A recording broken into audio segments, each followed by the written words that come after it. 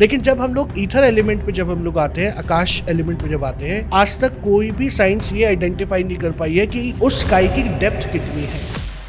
तो सर, अगर कोई अपने आकाशिक रिकॉर्ड्स को एक्सेस करना चाहे तो उसके क्या क्या तरीके हो सकते हैं जो सबसे सेफ हो और इजी हो? जितने भी जो ये मेथड्स जो होते हैं आकाशिक रिकॉर्ड्स को एक्सेस करने के लिए, वो सबसे सारे के सारे मेथड्स जो है वो सेफ है। मेनली जब हम लोग आकाशिक रिकॉर्ड्स जब हम लोग एक्सेस करते हैं तो 3 तरीकों से हम लोग एक्सेस करते हैं। बहुत डिफरेंट तरीके से ये रिकॉर्ड्स जो है ये दिखाई देते हैं। एंड मैं हमेशा हर स्टूडेंट को मैं एक चीज मैं बोलता हूँ कि आपको जो भी चीज दिखाई दे रही है that is the correct thing for you. अगर हम इन दोनों मेथड्स में अगर हम लोग बात करें कि जो मेरा प्रेयर्स के थ्रू है और जो मेडिटेशन के थ्रू है, उसमें एक कॉमन चीज जो है, एक कॉमन टूल जो आपको आना चाहिए, that is automatic writing. Hello and welcome everyone, मैं हूं आपकी होस्ट अर्दोस ज्योति एंड आज मैं लेके आई हूं एक स्पेशल पॉडकास्ट। एक्चुअली ये पॉडकास्ट आप लोगों की ही रिक्वेस्ट एंड क्वेरीज को लेके है। आपने हमारे आकाशिक रिकॉर्ड्स के पॉडकास्ट को बहुत प्यार दिया, बहुत क्वेश्चंस थे, बहुत उस पर रिस्पॉन्स आया एंड वी वांटेड कि हम इसी के डीपर इनसाइट्स आपके लिए और जान के लेके आए। तो आज इसीलिए हमने हमारे गेस्ट हेमंत जी को वापस बुलाया है ताकि हम उनसे आकाशिक रिकॉर्ड्स के बारे में और ज़्यादा जान पाएँ और ज़्यादा आप लोगों की क्वेरीज को कवर अप कर पाएँ। तो आज हमारी यही कोशिश रहेगी कि जितने भी आप लोगों की क्वेरीज थी, आप लोगों के क्वेश्चंस थे, हम उन क्वेश्चंस को सब कवर अप कर पाए। तो चलिए सर से ही बात करते हैं। वेलकम सर, कैसे हैं आप? Thank you Jyoti, thank you for inviting me. बिल्कुल ठीक, आप कैसे हैं? बिल्कुल बढ़िया सर। एंड लास्ट टाइम हमने आकाशिक रिकॉर्ड्स के बारे में इतनी बातें करी एंड हमारी ऑडियंस को बहुत पसंद आया। इवन हमारे कुछ पेरेंट्स थे जो हमारे कमेंट सेक्शन में काफ़ी उनके क्वेरीज भी थी, क्योंकि आजकल चल भी रहा है जेनजीज और हमारे ओल्ड जनरेशन के बीच में थोड़ी सी बैटल राउंड चल रहा है। करेक्ट। राइट। तो आकाशिक रिकॉर्ड्स के बेसिकली अगर हम होलसम जाने कि और आज डीपर इनसाइट हमें क्या क्या जानने को मिलेंगे। सो आज हम लोग डिस्कस कर सकते हैं कि आकाशिक रिकॉर्ड्स किस तरीके से होते हैं, उनमें किस तरीके की इन्फॉर्मेशन को जब हम लोगों ने लास्ट टाइम डिस्कस करते हैं रिट्रीव कर सकते हैं। बट आज ये जानेंगे कि उसके अलावा भी जो कुछ हिडन चीज़ें जो होती हैं उसको आप कैसे आइडेंटिफाई करते हैं। And I would like to share some of my actual stories also, कि जहाँ पे मैंने ये एक्सपीरियंस किया कि आकाशिक रिकॉर्ड्स करने के बाद and Akashic record healings and soul healing करने के बाद लोगों की लाइफ में किस तरीके से ट्रांसफॉर्मेशन आई। क्योंकि जैसे भी आपने बोला कि आपके पास भी बहुत सारी इंक्वायरीज आई, मेरे पास भी बहुत सारे डायरेक्ट मैसेजेस आए and you know parents were asking the questions. बहुत सारे रिलेशनशिप इश्यूज रिलेटेड चीज़ें आई, कुछ कार्मिक pattern related, unjustified Karma related कुछ इंक्वायरीज आई थी।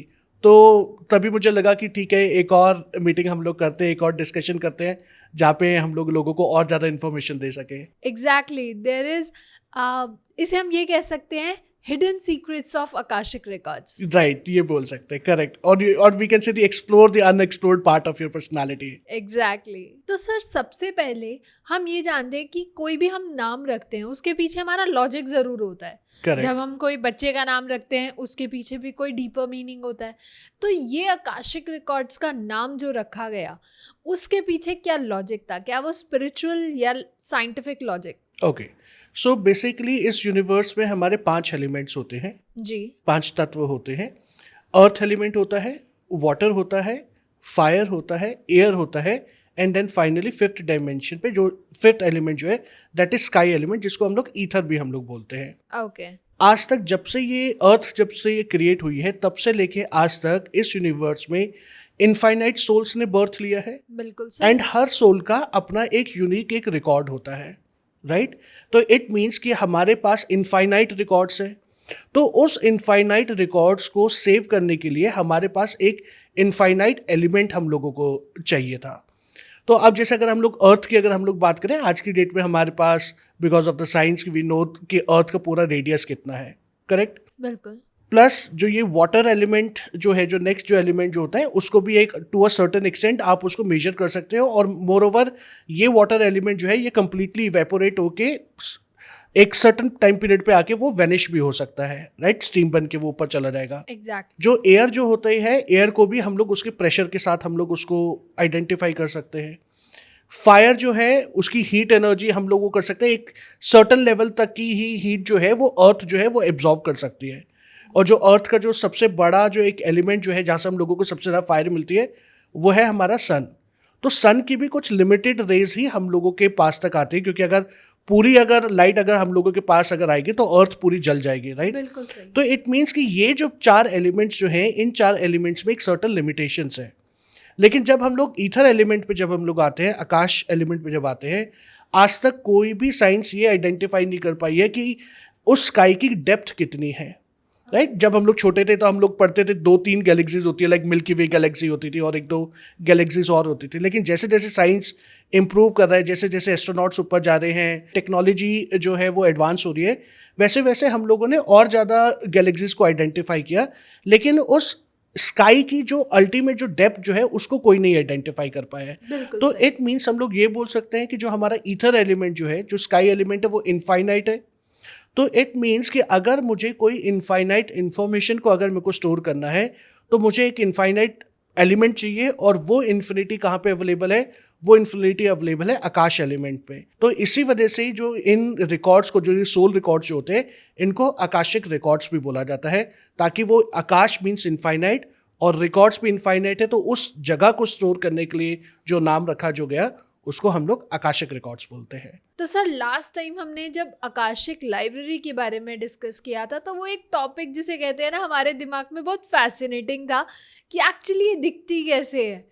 तो क्या हम लोग भी ये चीज़ें एक्सपीरियंस कर सकते हैं? हम क्या सब लोगों की सेम लाइब्रेरी होती है या पर्सन टू पर्सन ये वैरी करती है? ओके, तो पहले येस डेफिनेटली कि हर कोई इंसान जो है अपने आकाशिक रिकॉर्ड्स और दूसरे के आकाशिक रिकॉर्ड्स को एक्सेस कर सकता है, लाइक जैसे लास्ट टाइम हम लोगों ने डिस्कस भी जी। किया था। ये जो आकाशिक लाइब्रेरी जो होती है ये सबके लिए कॉमन होती है, लेकिन वहाँ पे जो रिकॉर्ड्स जो है वो हर पर्सन अलग अलग तरीके से देखता है। ओके। कुछ लोगों को वहाँ पे ज्योमेट्रिकल फिगर्स दिखाई देती हैं, कई लोगों को बुक्स दिखाई देती है, कई लोगों को कुछ अल्फ़ाबेट्स जो हैं वो फ्लोट करते हुए दिखाई देते हैं, कुछ लोगों को वेव्स दिखाई देती हैं। तो ये पर्सन टू पर्सन ये वेरी करता है कि हर एक इंसान को किस तरीके के एक्सपीरियंसेस होंगे, और वो एक्सपीरियंस, अब फिर क्वेश्चन ये आता कि ये कैसे पता लगे कि किस पर्सन को किस तरीके का एक्सपीरियंस होगा। एग्जैक्ट। तो जहाँ पे हमारी कॉन्शियसनेस होती है, हर इंसान की अपनी एक सोल वाइब्रेशन है। जो कोई पर्सन जिस भी सोल वाइब्रेशन पे जब वो वाइब्रेट कर रहा है, जिस भी फ्रिक्वेंसी पे जब वो वाइब्रेट कर रहा है, उसी के हिसाब से जो उसकी जो अवेयरनेस जो है वो वहाँ पे उसको विजन देती है। कई लोगों को लिटरली बुक्स दिखाई देगी, लाइक जैसे अभी मैंने बताया। तो ये अलग अलग तरीके से हर किसी इंसान को अलग दिखाई देती है, और ऐसा कोई बहुत प्री डिफाइंड रूल नहीं है। कई लोग बोलते हैं कि नहीं, कि लाइब्रेरी जो वो उसी तरीके से दिखेगी, या जो रिकॉर्ड्स जो है वो उसी तरीके से दिखेंगे। तो लोग क्या करते हैं कि वो ज़बरदस्ती उसी तरीके से रिकॉर्ड्स को एक्सेस करने की कोशिश करते हैं। एंड जब उनको उस तरह, लेट्स से कि मैंने अगर आपको बोला कि वहाँ पे आपको एक बुक दिखाई देगी, तो जब आप ऊपर जब आप जाएंगे तो बैक ऑफ द माइंड आपको ये रहेगा कि वहाँ पे मुझे बुक देखनी है। लेट्स से आपको बुक नहीं दिखाई दी, आपको वहाँ पे वेव्स दिखाई दे रही है और मे बी लाइक अल्फ़ाबेट्स आपको दिखाई दे रहे हैं, तो क्या होगा कि आपको लगेगा आप शायद कुछ गलत कर रहे हो। लेकिन गलत कुछ भी नहीं होता है, क्योंकि आपकी अवेयरनेस अलग है, आपकी कॉन्शियसनेस अलग है। आप जिस कॉन्शियसनेस के हिसाब से जा रहे हो वहाँ पे उस चीज़ों को आप देख रहे हो। तो बहुत डिफरेंट डिफरेंट तरीके से ये रिकॉर्ड्स जो है ये दिखाई देते हैं। एंड मैं हमेशा हर स्टूडेंट को मैं एक चीज़ मैं बोलता हूँ कि आपको जो भी चीज़ दिखाई दे रही है, that is the correct thing for you. Okay. क्योंकि ये ज़रूरी नहीं है जो मेरे लिए करेक्ट है वो आपके लिए भी करेक्ट हो, बिल्कुल सही। राइट। तो ये हमारे हर किसी का अपने स्पिरिचुअल कनेक्शन के ऊपर है। आपको जो दिख रहा है, वहाँ से आपको जो इन्फॉर्मेशन आ रही है, that is the most important thing. तो सर अगर कोई अपने आकाशिक रिकॉर्ड्स को एक्सेस करना चाहे तो उसके क्या क्या तरीके हो सकते हैं जो सबसे सेफ हो और इजी हो? ओके, तो पहली बात तो जितने भी जो ये मेथड्स जो होते हैं आकाशिक रिकॉर्ड्स को एक्सेस करने के लिए, वो सबसे सारे के सारे मेथड्स जो है वो सेफ हैं। मेनली जब हम लोग आकाशिक रिकॉर्ड्स जब हम लोग एक्सेस करते हैं तो 3 तरीक़ों से हम लोग एक्सेस करते हैं। पहला एक तरीका होता है प्रेयर्स के थ्रू, दूसरा एक तरीका होता है मेडिटेशन के थ्रू, तीसरा मेथड जो होता है वो होता है डाउजिंग के थ्रू, पेंडुलम के थ्रू। तो अब जो हम लोग जब प्रेयर्स के थ्रू जब हम लोग बात करते हैं तो उस मेथड में होता है क्या है कि आपको कुछ सर्टन प्रेयर्स पढ़नी पड़ती है इन अ स्पेसिफिक फॉर्मेट, एंड फिर वहाँ पे वो प्रेयर्स पढ़ने के बाद you will enter into the library, and उस लाइब्रेरी में जाने के बाद आपके क्लाइंट के जो भी स्पेसिफिक क्वेश्चंस जो है, आप उन क्वेश्चंस को वो पूछते हो आकाशिक रिकॉर्ड मास्टर से, केयर टेकर्स एंड गाइड से, एंड वो आपको फिर वो अलग अलग तरीके से वो आपको आंसर्स देते हैं। कभी कभी आपको विजन्स आएंगे, कभी कोई आपको ऑब्जेक्ट दिखाई देगा, कभी एनिमल दिखाई देगा। तो यहाँ पे फिर आपकी वो साइकिक सेंसेस के ऊपर डिपेंड करता है कि आप कितने पावरफुल हो और आपके साइकिक सेंसेस कितने ज़्यादा एक्टिवेटेड है, एंड उसके बेसिस पे ही फिर आपको इंटरप्रिटेशन करना पड़ता है थ्रू ऑटोमेटिक राइटिंग। तो ये हमारा प्रेयर्स के थ्रू होता है। ओके। दूसरा हमारा मेथड होता है मेडिटेशन के through. It is very much similar to the prayers, लेकिन मेडिटेशन में क्या है कि आपको पहले ट्रांस में हम लोग जाते हैं थ्रू आवर ब्रेथ वर्क। वहाँ पे जाने के बाद then will take the permission from the Akashic record masters, care takers and guides. वो परमिशन लेने के बाद फिर हम लोग अगेन वहाँ पे जाके क्वेश्चन पूछते हैं, and then we need to do the automatic writing. अगर हम इन दोनों मेथड्स में अगर हम लोग बात करें कि जो मेरा प्रेयर्स के थ्रू है और जो मेडिटेशन के थ्रू है, उसमें एक कॉमन चीज जो है, एक कॉमन टूल जो आपको आना चाहिए, that is automatic writing. Exactly. But मेरे हिसाब से ये जो टूल जो है ये थोड़ा सा डिफिकल्ट है। आई विल नॉट से कि कोई कर नहीं सकता, मैं भी करता हूँ, बहुत सारे लोग इसको करते हैं, बट ये थोड़ा सा डिफिकल्ट इसलिए क्योंकि अगर कोई फ्रेशर अगर कोई सीखना चाहता है तो उनके लिए एट टाइम्स थोड़ी सी कॉम्प्लिकेटेड चीज़ें हो जाती हैं। क्यों? क्योंकि किसी भी इंसान के लिए मेडिटेटिव स्टेट में जाना इतना ईजी नहीं होता, ट्रांस में जाना इतना ईजी नहीं होता, राइट? तो बहुत बार मैंने देखा है कि जब हम लोग इस मेथड को जब हम लोग यूज़ करते हैं, जो फ्रेशर्स हैं, मैं प्राइमरी फ्रेशर्स की बात कर रहा हूँ, उनके लिए थोड़ा सा टाइम टेकिंग ये प्रोसेस हो जाता है। थर्ड जो हमारा प्रोसेस जो होता है वो होता है डाउजिंग मेथड। ये सबसे ईजीएस्ट तरीका है, राइट? एंड इवन कोई जो फ्रेशर जो है वो भी इसको एक्सेस कर सकता है। उसमें हमारे पास कुछ स्पेसिफिक चार्ट्स होते हैं, उन चार्ट्स में हमारे कुछ स्पेसिफिक एरियाज होते हैं, लाइक हमारा सोल ग्रुप क्या है, फिजिकल हिस्ट्री क्या है, मेरी लाइफ जो है वो किस सिविलाइजेशन से बिलोंग करती है, राइट? मेरे स्कूल ऑफ थॉट्स क्या हैं, मेरे एनर्जी सेंटर क्या हो कौन सा है, प्लस उसके बाद मैं कौन से कर्मा मैं लेके आया हूँ इस लाइफ में, मेरे सोल लेसन्स क्या हैं। हम लोग कभी कभी कुछ नेगेटिव प्रोग्राम्स हम लोग लेके आते हैं, तो इस तरीके के बहुत सारे चार्ट होते हैं। तो उन चार्ट से हम लोग उन आकाशिक रिकॉर्ड्स को आइडेंटिफाई करते हैं। तो ये 3 अलग अलग तरीके हैं, तीनों ही मेथड सेफ हैं। एक बार अगर आप जब एट्यून जब आप हो जाते हो तो तीनों ही मेथड से आप एक्सेस कर सकते हो। ये आपके ऊपर होता है कि आज आप किस मेथड्स को कॉल करना चाहते हो, तो उस मेथड को आप इन्वोक करके then you can do the readings. तो सर ये तो बहुत ज़्यादा फैसिनेटिंग है, एंड इतना हमने बात करी है तो हम पॉडकास्ट के लास्ट में, एंड ऑफ द पॉडकास्ट जब हो रहा होगा, तो हम एक लाइव डेमो ज़रूर देखना चाहेंगे। बिल्कुल, definitely I will access the Akashic records, and मैं वहीं पर ही मैं आपको चेक करके बताऊंगा कि चीज़ें हम लोग किस तरीके से आइडेंटिफाई कर सकते हैं। एग्जैक्टली, ताकि हमारे लिसनर्स को भी पता चले कि एक्चुअली होता क्या है प्रोसेस और ये कैसे होता है। करेक्ट। तो सर अभी आपने स्टार्टिंग में एक टर्म बोला था, अनजस्टिफाइड कर्मा, तो उसको सुन के तो एक और एक्साइटमेंट बढ़ गया कि ये एक्चुअली होता क्या है, ये जानने की एक जिज्ञासा आ गई। तो सर ये हमारे कर्मास एंड कार्मिक पैटर्न्स को कैसे, या हमारे ब्लॉकेजेस को कैसे इन्फ्लुएंस करता है?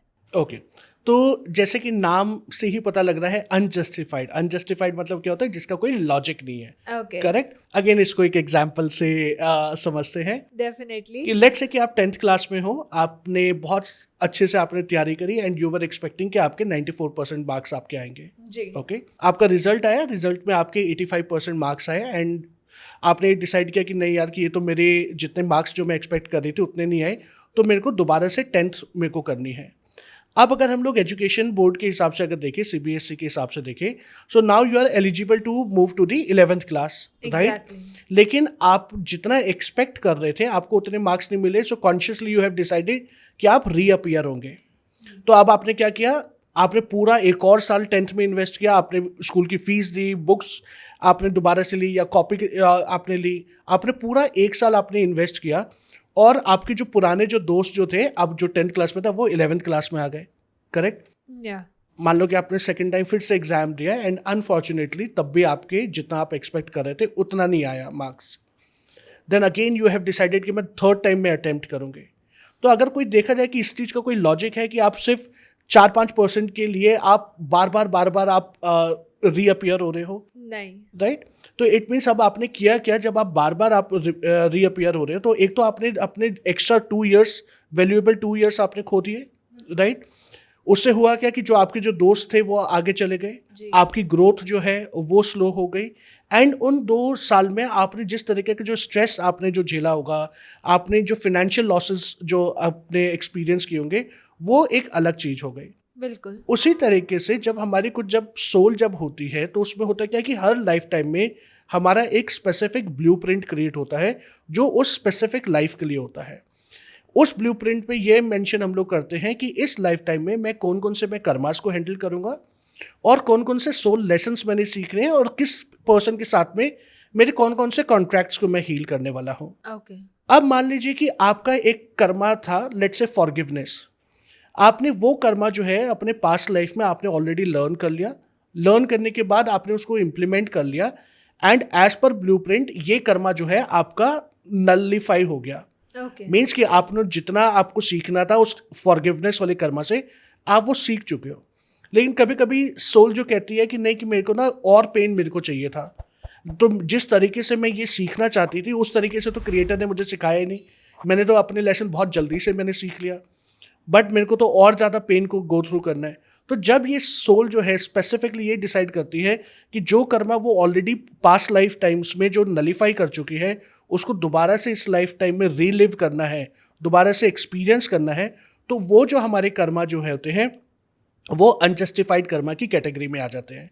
ओके। राइट। सो बेसिकली अगर हम लोग बोले ना, अगर एक इसको कहावत से अगर मैं समझाऊं, हम लोग कहते हैं ना, आ बैल मुझे मार या अपने पैर पे Exactly. खुद ही कुल्हाड़ी मार ली। तो बिल्कुल। यहाँ पे सोल क्या होता है कि अब इस लाइफ टाइम में जब वो दोबारा से उस कर्मा को जब वो गो थ्रू करेगी तो इट मीन्स वो क्या कर रही है, वो दोबारा से वो सफरिंग्स में जा रही है, दोबारा से वो प्रॉब्लम्स में जा रही है।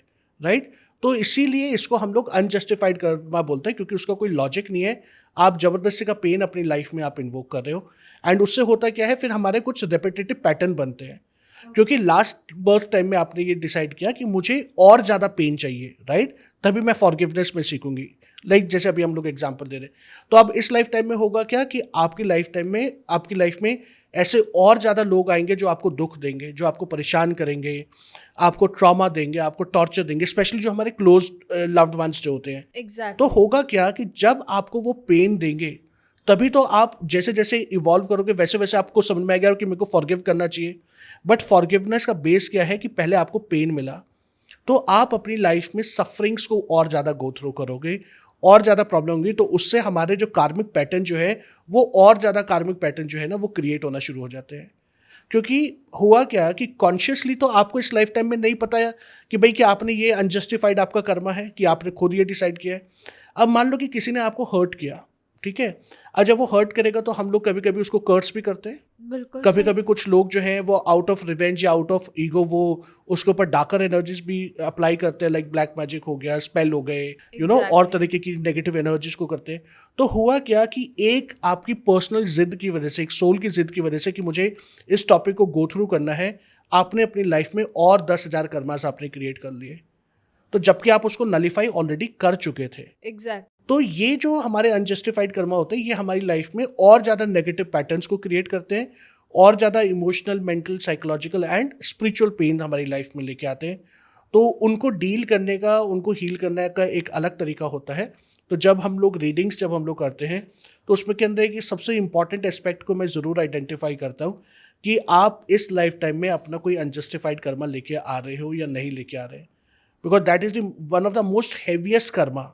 Exact. Right. So this is how it works. Okay. तो सर आजकल हम जब सोशल मीडिया पे देखते हैं काफ़ी ऐसे डिविनेशन टूल्स हैं जो बहुत पॉपुलर हो रहे हैं, जैसे कि Akashic record, psychic reading, tarot card reading, angel card reading and बहुत सारे। तो बेसिकली इनमें से कौन से पैटर्न्स हैं या कौन से ऐसे टूल्स हैं जिन्हें हमें सिलेक्ट करना चाहिए, तो ये हम कैसे डिसाइड करें? ओके।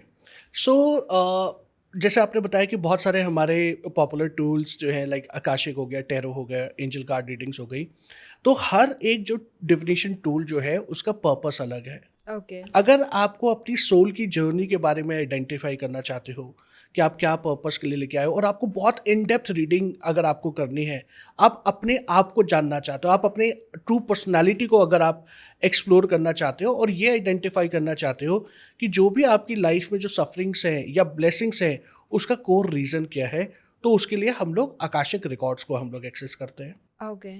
टैरो कार्ड रीडिंग्स में क्या होता है कि अगर आपको day to day life time में अगर आपको कोई इश्यूज अगर आपके क्रिएट हो रहे हैं, आपको कोई गाइडेंस चाहिए, आप कहीं पे स्टक हो गए हो, या अगर आपको ये फ्यूचर जानना है कि अभी आने वाला 6 मंथ्स मेरा कैसा रहेगा, तो उस केस में हम लोग जो है वो टैरो कार्ड रीडिंग्स हम लोग करते हैं। ओके। एंजल कार्ड रीडिंग भी इसी तरीके से होते हैं, क्योंकि एंजल कार्ड में भी हम लोग प्रिडिक्शंस करते हैं, रिलेशनशिप रीडिंग्स हम लोग आइडेंटिफाई करते हैं, बट दोनों की एनर्जीज में डिफरेंस है। वो अच्छा। दोनों की एनर्जीज में क्या डिफरेंस है कि जो टैरो कार्ड जो होते हैं वो बड़े स्ट्रेट फॉरवर्ड आंसर्स देते हैं आपको, उनकी एनर्जी जो होती है वो थोड़े से स्ट्रॉन्ग एनर्जी होती है, राइट। लेकिन जो एंजल कार्ड्स जो होते हैं दे आर वेरी कंपैशनेट, क्योंकि एंजल्स है ना वहाँ पे, तो वो एंजल्स क्या होता है, बहुत ही loving and compassionate light beings होते हैं। जी। तो उन वहाँ पे जो एनर्जी जो होती है वो बहुत सटल लेवल पे होती है, सॉफ्ट लेवल पे होती है। तो ये डिपेंड करता है कि आप किस तरीके की रीडिंग्स आप करवाना चाहते हो, तो उसके बेसिस पे यू कैन डिसाइड कि यार कि मेरे को इमीडिएट फ्यूचर मेरे को जानना है, या मुझे ये जानना है कि आने वाला 1 साल मेरा कैसा रहेगा, या भी किसी रिलेशनशिप में अगर मैं स्टक हूँ तो क्यों, तो हम लोग उसमें टैरो कार्ड्स में हम लोग चले जाते हैं। अगर आपको डिवाइन गाइडेंस चाहिए कि यार कि ठीक है कि मेरी लाइफ में एक सर्टेन इश्यूज वो चल रहे हैं, अब उन इश्यूज को मेरे को आगे कैसे हैंडल करना है, मेरे को और फर्दर डीप डिटेल्ड एनालिसिस अगर चाहिए, तो हम लोग उसके अंदर हम लोग एंजल कार्ड्स हम लोग करते हैं। आकाशी का मैंने ऑलरेडी आपको बता ही दिया कि जब आप अपनी सोल रीडिंग जब आप करना चाहते हो तो उसमें हम लोग आकाशिक करते हैं। एंड तीनों टूल जो है, तीनों टूल अपने आप में यूनिक है। अगर कोई पूछे कि इसमें से बेस्ट कौन सा है, तीनों ही बेस्ट है। ये डिपेंड करता है कि इस मोमेंट पे आपकी रिक्वायरमेंट क्या है। तो उसके बेसिस पे यू कैन डिसाइड कि आपको कौन से टूल्स के साथ में जाके अपनी लाइफ में चेंजेस क्रिएट करने हैं। एग्जैक्टली अगर कोई भी नॉर्मल पर्सन जिसे इस बारे में इतना डेप्थ नॉलेज नहीं है, तो ऑफ कोर्स वो कंफ्यूज हो जाता है कि उसको कौन सी चीज़ ऑप्ट करनी चाहिए, कौन सी रीडिंग करवानी चाहिए करेक्ट। किसी एक्सपर्ट से, ताकि वो अपनी लाइफ के जो भी हर्डल्स हैं उनको क्रॉस कर पाए। राइट। तो आज आई गेस आपने ये क्वेश्चन का आंसर हमारी ऑडियंस को दे दिया है। Thank you. तो सर, जैसे कि हमारे लास्ट वाले पॉडकास्ट में कमेंट आए थे काफ़ी पेरेंट्स के कि उनके और उनके बच्चों के रिलेशनशिप में काफ़ी ज़्यादा कॉन्फ्लिक्ट्स आते हैं, तो एक चीज़ मुझे ये भी पूछनी है, क्या पेरेंट्स अपने बच्चों के आकाशिक रिकॉर्ड्स को भी एक्सेस कर सकते हैं? हाँ, बिल्कुल, वो खुद भी सीख के कर सकते हैं और मुझसे भी आकाशिक रिकॉर्ड्स को एक्सेस करवा सकते हैं। एंड जैसे मैंने पहले बताया था कि वो बिल्कुल सेफ़ एंड साउंड होता है। एंड इसमें जब हम लोग आकाशिक रिकॉर्ड्स में एक चीज़ मैं जैसे बताऊंगा कि आजकल मैं बहुत सारे बच्चों की मैं रीडिंग्स कर रहा हूँ, स्पेशली जो 8th से लेके 11th-12th क्लास के जो बच्चे हैं। तो क्या होता है कि आजकल पेरेंट्स को ये लगता है कि बच्चे ना बहुत स्टबर्न होते जा रहे हैं, उनके अंदर बहुत ईगो Exactly. आता जा रहा है। एंड वो जब देखो इंस्टाग्राम और फेसबुक वगैरह पे वो लगे रहते हैं, तो उसकी वजह से उनका जो बायोलॉजिकल ग्रोथ जो है, इमोशनल ग्रोथ जो है, मेंटल ग्रोथ, वो बहुत चेंज होता जा रहा है। एंड उनकी फैमिली वैल्यूज़ हैं या बोलो फैमिली कनेक्शन जो है वो भी डिफरेंट होता जा रहा है। बिल्कुल, आजकल की जेनजीज कहीं ना कहीं बहुत ज़्यादा कन्फ्लिक्ट में रहती है अपने पेरेंट्स से, बिकॉज हमारे जो पेरेंट्स हैं वो ओल्ड जेनजीज से तो कनेक्ट नहीं कर पाते। करेक्ट। तो कहीं ना कहीं उनके ओपिनियन में डिफरेंस आ जाता है, उनके थॉट प्रोसेस में डिफरेंस आ जाता है। पेरेंट्स अपने एक्सपीरियंस के अकॉर्डिंग उन्हें गाइड कर रहे होते हैं, लेकिन जेनजीज को लगता है you are guys old fashion, आपको कुछ नहीं पता, ट्रेंड यही कहता है। तो Correct. कहीं ना कहीं डिफरेंस ऑफ ओपिनियन उनके बीच में कन्फ्लिक्ट करता है। तो बच्चे ना आजकल रिश्तेदारों से, फैमिली से अलग होते जा रहे हैं। मतलब कोई गेस्ट आएगा, they were totally in the room, packed in the room, वो बात नहीं करना चाहते, वो डिस्कस नहीं करना चाहते, अपने कोई भी एक्सपीरियंस है, कोई उनको फीलिंग है, वो नहीं डिस्क्लोज करते पेरेंट्स से भी। करेक्ट। तो अब यहीं पर ही आपने बहुत सही पॉइंट डिस्कस किया है कि हम लोग जैसे बहुत सारे बच्चे वो चीज़ों को नहीं डिस्कस करते हैं। तो होता क्या है, पेरेंट्स को लगता है कि वो वो एडमेंट हो रहे हैं या उनका बिहेवियर ऐसा हो गया, बट हमेशा ऐसा नहीं होता। कभी कभी कुछ बच्चे जो हैं अपने कुछ इमोशनल पैटर्न्स वो लेके आते हैं कि जो वो एक्सप्लेन नहीं कर पाते। एंड पेरेंट्स जो है वो अपने थॉट प्रोसेस के हिसाब से वो जी रहे होते हैं। जब वो बच्चों को नहीं समझ पाते तो उनमें क्या होता है, रिलेशनशिप इश्यूज होना शुरू होता है। एग्जैक्टली। तो जब हम लोग ये आकाशिक रिकॉर्ड जब रीडिंग जब स्पेशली जब बच्चों की करते हैं, तो सबसे पहले हम लोग यही आइडेंटिफाई करने की कोशिश करते हैं कि आज की डेट में वो बच्चा जो है उसका emotional, mental, physical and psychological state जो है वो क्या है, उसका थॉट प्रोसेस क्या चल रहा है, उसकी इमोशनल नीड्स क्या है, मेंटल नीड्स क्या है। एंड जब वो चीज़ें हम लोग पेरेंट्स को जब हम लोग बताते हैं, डिस्क्लोज जब करते हैं, तो उन चीज़ों को वो यूज़ करके अगर पेरेंट्स उस चीज़ को अगर इम्प्लीमेंट करते हैं, तो मैंने बहुत सारे केसेस में देखा है कि जो पेरेंट्स और बच्चों का जो रिलेशनशिप जो है वो इम्प्रूव होना शुरू हो जाता है। क्योंकि अब पेरेंट्स जो है बच्चे को अपने पर्सपेक्टिव से नहीं देखते, वो उसको एक इंडिविजुअल पर्सन के हिसाब से देखते हैं, वो एक यूनिक सोल की तरह देखते हैं। एंड वो जब उस चीज़ को जब हैंडल करना शुरू करते हैं तो बहुत बहुत एक ब्यूटीफुल जर्नी हो जाती है पेरेंट्स और बच्चों के बीच में। तो आज के न्यू एज किड्स को हम इंडिको, रेनबो किड्स काफ़ी अलग अलग नामों से जानते हैं।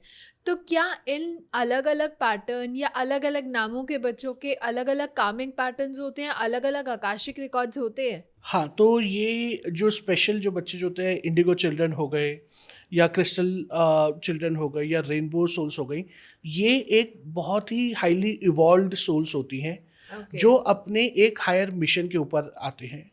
एंड उनका जो कनेक्शन जो होता है, उनका जो बिहेवियर पैटर्न जो होता है, वो बाकी के बच्चों से थोड़ा सा वो डिफरेंट होता है।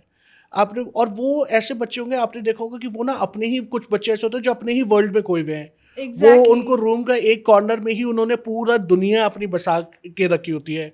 एंड पेरेंट्स को लगता है यार ये तो इंट्रोवर्ट है, कोई गेस्ट आते हैं देखो वो किसी से बात ही नहीं कर रहा है। तो जबकि उनके अंदर कोई प्रॉब्लम नहीं होती, वो एक हाईली इवॉल्व बीइंग है। एंड जैसे मैंने बताया कि वो एक यूनिक पर्पस के लिए आए हैं, तो वहाँ पे क्या होता है कि उनकी ना इमोशनल नीड्स बहुत डिफरेंट होती हैं, क्योंकि उनका जो थॉट प्रोसेस जो होता है वो नॉर्मल बच्चों के साथ मैच नहीं करता, क्योंकि वो बहुत आगे का सोचते हैं, वो बहुत ही ज़्यादा टेक्निकल होंगे। आजकल के अगर आप छोटे छोटे बच्चों को अगर आप वो देखोगे, वो फ़ोन को बहुत ईजिली एक्सेस कर लेते हैं। आईपैड हो गया, सही। लैपटॉप हो गया, वो ऐसे ऐसे फ़ोन में फीचर्स निकाल देते हैं कि जो हमारे लिए एक्सेस करना मुश्किल है। एग्जैक्टली। राइट? क्यों? क्योंकि वो टेक्निकली इवॉल्व ऑलरेडी हैं। तो उन बच्चों को हैंडल करने का जो तरीका जो होता है ना, वो बिल्कुल ही डिफरेंट होता है, क्योंकि ऐसे बच्चों की इमोशनल नीड्स जो है ना वो बहुत ज़्यादा हाई होती है। एंड ट्रस्ट मी कि जो ऐसे जो बच्चे जो होते हैं जो इन कैटेगरीज में जो फॉल करते हैं, उन पेरेंट्स के लिए जो लाइफ जो होती है ना वो बहुत डिफिकल्ट होती है, क्योंकि वो अपब्रिंगिंग जो है ना उनको एक अलग तरीके से सोच के वो करना होता है। एग्जैक्टली। क्योंकि माँ बाप ये सोचते हैं कि यार कि वो एक सर्टन परसेप्शन से चल रहे हैं कि इस एज में यही चीज़ होनी चाहिए, उस एज में ऐसा होना चाहिए। जी। फिर हम लोग कंपैरिजन करते हैं, हमारी एज में तो ऐसा हुआ करता था, तुम्हारे को तो देखो ऐसी चीज़ें हैं। तो वहाँ पे उन बच्चों के साथ में आप सेम रूल अप्लाई नहीं कर सकते। वहाँ पे पेरेंट्स को एक बहुत ब्रॉडर पर्सपेक्टिव से अपने बच्चों को देखना पड़ता है। एंड अगर जो भी इंडिगो चिल्ड्रन है, रेनबो चिल्ड्रन है, अगर इनको सही तरीके से ट्रेन किया जाए, सही एनवायरनमेंट दिया जाए, तो वो इस यूनिवर्स में, वो इस वर्ल्ड में बहुत मैसिव चेंज, बहुत सिग्निफिकेंट चेंज क्रिएट कर सकते हैं, क्योंकि वो एक हायर डायमेंशन के लिए ही आए हैं, एक हायर पर्पस के लिए आए हैं। तो ऐसे बच्चों को एक सेफ स्पेस देना बहुत ज़्यादा ज़रूरी होता है। ओके। तो सर ऐसे तो काफ़ी आपने आकाशिक रीडिंग की होगी, तो कुछ ऐसे एक्सपीरियंस जो आप हमारे लिसनर्स को, ऑडियंस को भी शेयर करना चाहें? राइट। तो अभी थोड़े टाइम पहले ही मैंने एक बच्चे की रीडिंग करी थी। वो 7-8 साल का बच्चा था। उसके अंदर वो बहुत ज़्यादा गुस्सा था। वो द पूरा दिन जो है वो घर पे तोड़-फोड़ करता रहता था। पेरेंट्स के साथ में उसको बहुत ज़्यादा डिस्प्यूट था। तो उसके पेरेंट्स को ऐसा लगता था यार कि इल मैनर्ड हो रहा है, इसकी कंपनी जो है वो अच्छी नहीं है। उन्होंने स्कूल भी चेंज करवा दिया, ट्यूशन भी चेंज करवा दी, लेकिन उसका जो बिहेवियर पैटर्न जो है उस बच्चे का चेंज नहीं हुआ। तो वो मेरे पास जब वो केस आया तो मैंने उनकी वो बच्चे की रीडिंग करी, एंड वहाँ पे ये आइडेंटिफाई हुआ कि जो ये बच्चा जो ये इतना जो ये हरकतें कर रहा है, या जो इतनी जो एग्रेसिवनेस जो है, वो एग्रेसिवनेस इसलिए क्योंकि वो अपने इमोशनल पैटर्न्स को, अपने इमोशंस को सही तरीके से एक्सप्रेस नहीं कर पा रहा। क्योंकि ऑब्वियसली छोटा बच्चा है, उसको ये किसी भी बच्चों को इतनी समझ में नहीं होती ना कि बिल्कुल। वो अपने इमोशंस को कैसे एक्सप्रेस करे। प्लस वो अपने पास्ट लाइफ कर्मा से बहुत सारी ऐसी चीज़ें लेके आ रहा था कि जहाँ पे उसके पेरेंट्स ने उसको बहुत ज़्यादा टॉर्चर किया था। तो वो जो टॉर्चर जो है, जो उसको अपने पेरेंट्स के थ्रू, उसके अपने सिबलिंग्स के थ्रू जो टॉर्चर जो मिला था, उस टॉर्चर का इम्प्रेशन जो है वो उसकी सोल इस लाइफ टाइम में भी कैरी फॉरवर्ड कर रही थी। तो अब जैसे ही, स्पेशली जैसे ही उसके फादर जब उसके सामने आते थे, तो उसकी सोल जो है वो दोबारा से सेम पैटर्न उसको रिवाइव हो जाता था। तो वहाँ पे क्या होता था, बच्चा जैसे ही फादर आया वो इधर उधर भागना शुरू कर देता था, अपने रूम में छुप जाता था, अपने फादर से बिल्कुल बात नहीं करता था। तो जब हम लोगों ने ये रीडिंग जब हम लोगों ने करी, तब पेरेंट्स को भी समझ में आया कि यार कि बच्चे को हमें मारना नहीं है, क्योंकि अगर हम लोग डांट रहे हैं या मार रहे हैं तो उससे हो क्या रहा है कि वो जो सोल जो है उसका सेम पैटर्न दोबारा से रिपीट हो रहा है। तो तब उन्होंने, अपने पेरेंट्स ने अपने अंदर चेंजेस लेके आए, बच्चे के अंदर चेंजेस नहीं लेके आए। जैसे ही उन पेरेंट्स ने अपने अंदर चेंजेस लाना शुरू किया, वैसे वैसे ही उस बच्चे की सोल जो है वो ऑटोमेटिकली हील होना शुरू हो गई। और आज की डेट में उन दोनों पेरेंट्स का और बच्चों का जो रिलेशनशिप है वो बहुत ही अच्छा रिलेशनशिप चल रहा है। तो सर जैसे कि हमने लास्ट पॉडकास्ट में भी डिस्कस किया था और आपसे जाना था कि जब हमें किसी आकाशिक रिकॉर्ड का एक्सेस चाहिए होता है तो सामने वाले की परमिशन भी चाहिए होती है। राइट। तो इसके पीछे क्या स्पिरिचुअल लॉजिक है? यस, ये बहुत इंपॉर्टेंट है कि हमें किसी के भी अगर हम लोग रिकॉर्ड्स अगर एक्सेस कर रहे हैं तो उसकी परमिशन लेना बहुत ज़्यादा ज़रूरी है, क्योंकि जो ये सोर्स जो होती है, हर एक सोल का जो रिकॉर्ड जो है वो उसके एक तरह से बैंक अकाउंट है, बिल्कुल जहाँ सही। पे उसकी सारी सेविंग्स हैं, सेविंग इन द सेंस उसके जो कर्मास हैं, उसकी ब्लेसिंग्स हैं, उसके कार्मिक पैटर्न्स जो हैं, ए टू जेड जितनी भी चीज़ें हैं वो वहाँ पे है। तो अगर मेरे को किसी के बैंक अकाउंट को अगर मेरे को एक्सेस करना है या किसी के घर में अगर मेरे को एंटर करना है, तो मुझे उसकी परमिशन लेनी ज़रूरी होती है। विदाउट परमिशन मैं किसी के घर में मैं एंटर नहीं कर सकता। तो उसी तरीके से एक सोल की कंफर्मेशन लेना ज़रूरी होता है, because at the end of the day soul is the ultimate owner of the Akashic records. Exactly. तो जब तक अगर आप परमिशन नहीं लोगे तब तक आप लाइब्रेरी में एंटर ही नहीं कर पाओगे और उस पर्सन की रिकॉर्ड्स को एक्सेस ही नहीं कर पाओगे। तो इसलिए परमिशन लेना बहुत ज़्यादा ज़रूरी है। अब एक क्वेश्चन मेरा यहाँ आता है कि जो इंसान आपको एक्सेस नहीं प्रोवाइड कर सकता, जैसे कि बहुत छोटे बच्चे हैं या फिर कोई एक बहुत ज़्यादा बीमार इंसान है, कुछ नहीं बोल पा रहे, या फिर जो इंसान कोमा पे है, वेंटिलेटर काइंड ऑफ थिंग पे भी आ जाते हैं, तो उनके आकाशिक रिकॉर्ड हम करना चाहें तो कैसे कर सकते हैं? ओके, तो ऐसे केसेस में हम लोग जो डायरेक्ट ब्लड रिलेशनशिप में जो लोग जो होते हैं, उनके परमिशंस के थ्रू हम लोग आकाशिक रिकॉर्ड्स हम लोग एक्सेस कर सकते हैं। फॉर एग्जांपल, अगर बच्चा अगर छोटा है तो उसके पेरेंट्स में से कोई भी पर्सन जो है वो परमिशन दे सकता है। मान लीजिए कि कोई पर्सन जो है कि वो हॉस्पिटलाइज है या लाइक जैसे आपने मेंशन किया कोमा में है, तो ऑब्वियसली वो परमिशन तो नहीं दे पाएगा। तो उसमें जो भी उसके लाइक हस्बैंड है या वाइफ है या उसके पेरेंट्स हैं या उसके बच्चे हैं, सिबलिंग्स हैं, तो ये ऐसे कुछ 4-5 ऐसे रिलेशनशिप होते हैं, ब्लड लाइन वाले रिलेशनशिप, कि अगर हम लोगों को अप्रूवल दे दें तो उसके बेसिस पे we can access the Akashic records. तो सर, जैसे हमने मिड में आपसे बात करी थी कि एक लाइव एक्सपेरिमेंट होना चाहिए, जी, तो ताकि हमारी ऑडियंस एक कोरिलेट कर पाए, एक जान पाए, कि एक्साइटमेंट बने और वो समझ पाए कि एक्चुअली ये काम कैसे करता है। तो परफेक्ट। क्या हम ऐसा पॉसिबल है, कर सकते हैं? जी, बिल्कुल कर सकते हैं। हम लोग आप ही के आकाशिक रिकॉर्ड्स को भी एक्सेस कर सकते हैं। डेफिनेटली। ठीक है, तो मेरे को अब 2-3 डिटेल्स आपसे चाहिए होंगी। आपका full name? Jyoti Malhotra, okay, your date of birth 19th Feb 1997, and your place of birth? Haridwar. Perfect. And do I have the permission to access your akashic record? Of course. Perfect. So यहाँ पे मैं एक prayer में बोलूँगा, जो उस prayer को मैं मैक्सिमम टाइम में यूज़ करता हूँ, but there are so many different versions also. So, dear Akashic Record Masters, Caretakers, Guides, I request you to kindly allow me to enter into the Akashic Library and allow me to access the Akashic Records of Jyoti Malhotra, born on 19th Feb 1997 in Haridwar. Thank you, thank you, thank you. Okay, so अभी जब मैंने आपके records अब access करे तो दो चीज़ें मेरे सामने आई कि पहला कि आपके जो इमीडिएट अभी जो करंट लाइफ टाइम जो अभी चल रही है उसमें आप कौन से लेसन्स आप सीखने आए हो और आपके कार्मिक पैटर्न्स आपके क्या है। तो Okay. पहले एक सोल लेसन्स के हम लोग बात कर लेते हैं जो आपको लर्न करना है।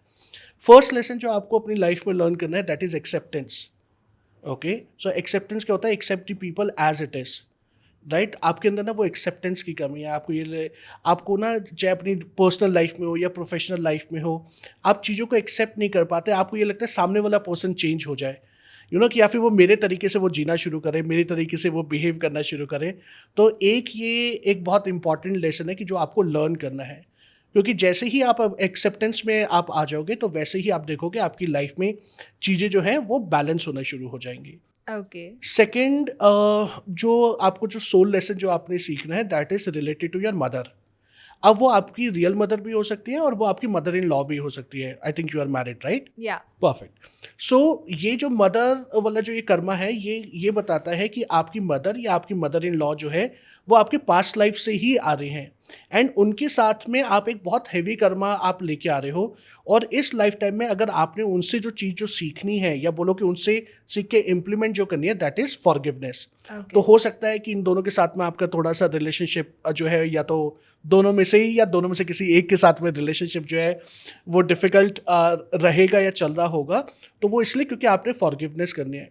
So instead of getting into any kind of argument और द ग्रजेस कि मेरी मम्मी ने ऐसे बोल दिया या मेरी मदर इन लॉ ने ऐसे बोल दिया, just forgive them, keep forgiving them. And जब भी जैसे कुछ आर्ग्यूमेंट हो रहे हैं, so instead of getting into the argument start telling yourself, I forgive you, I love you, I forgive you, I love you.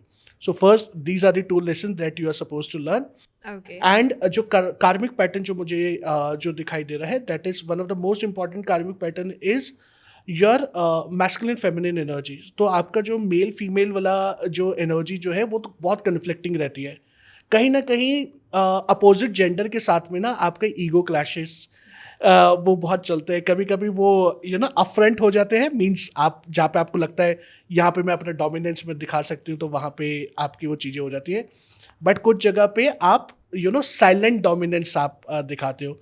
तो basically this is the karma that you caring from your past lifes, क्योंकि आपके past life में बहुत सारे कुछ ऐसे incidences हुए, will not discuss this now कि क्या Exactly. इंसिडेंसेस हुए थे, बट आप जो पास्ट लाइफ से जो चीज़ें जो लेके आ रहे हो वहाँ पे आपका ये कन्फ्लिक्ट आपका ये शुरू हुआ, राइट। एक और इम्पॉर्टेंट कर्मा जो है वो है आपकी बेबी से रिलेटेड। ओके, इस लाइफ टाइम में जो आपका जो बेबी है वो आपका पास्ट लाइफ टाइम में भी वो आपका बेबी था, Oh, राइट। तो वहाँ पे आप उसको जिस तरीके से अपब्रिंगिंग देना चाहते थे, जिस तरीके से आप अपने बच्चे को नर्चर करना चाहते थे, unfortunately due to some circumstances आप वो नहीं कर पाए। लेकिन अब इस लाइफ टाइम में आपने उस कर्मा को दोबारा से कंटिन्यू करना है। तो आप आपका अगर बेटा या बेटी जो भी है, तो उनको जितना ज़्यादा आप प्यार करोगे उतना ज़्यादा अच्छा है। और आप देखना कि वो जो बच्चा जो है ना, वो एग्जैक्टली आप ही का रेप्लिका होगा। जो अच्छा। आपके जो बिहेवियर पैटर्न और जो आपके इमोशन है ना, वो बच्चा अभी से आपको वो चीज़ें वो दिखा रहा होगा, उसी तरीके से वो जी रहा होगा।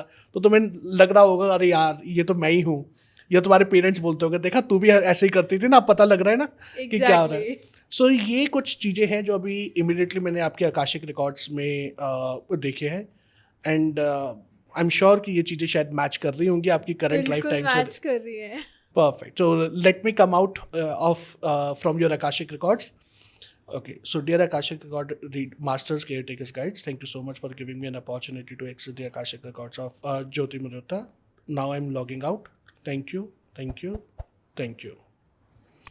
परफेक्ट। सो इस तरीके से हम लोग एक जो मैंने बताया था कि हम लोग मेडिटेटिव स्टेट में जाके जो हम लोग आकाशिक रिकॉर्ड्स एक्सेस करते हैं, तो अभी मैंने आपको उसका वो एग्जांपल दिखाया कि हम लोग उस मेडिटेटिव स्टेट में जाके प्रेयर्स के थ्रू किस तरीके से हम लोग आकाशिक रिकॉर्ड्स को एक्सेस करते हैं। Okay, that was truly exceptional. Thank you. कुछ कह ही नहीं पा रही। I was totally num.